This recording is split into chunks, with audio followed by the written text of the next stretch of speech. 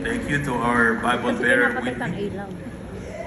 So the Bible is the symbol of your submission to God, giving Him the authority over your marital life, having Jesus as the head of the entire family. Sa pagbuo ng pamilya, hindi opinyon ni lalaki, hindi opinyon ni babae, kundi ang katotohanan mula sa salita ng Diyos. Amen? So I want you to repeat after me.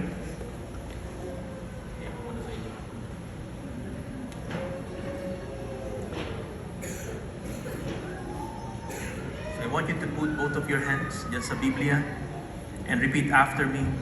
I promise before God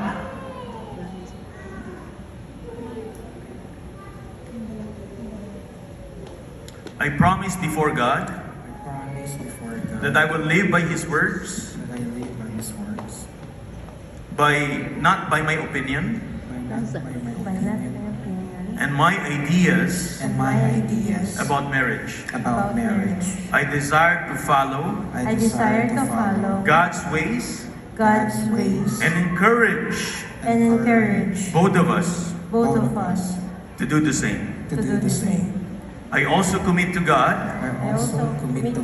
that I will love Him more than I love my partner.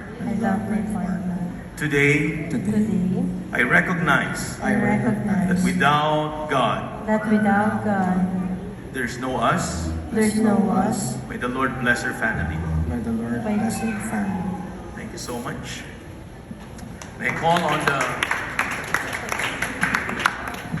coin bearer, yung nagdadala ng kayamanan ng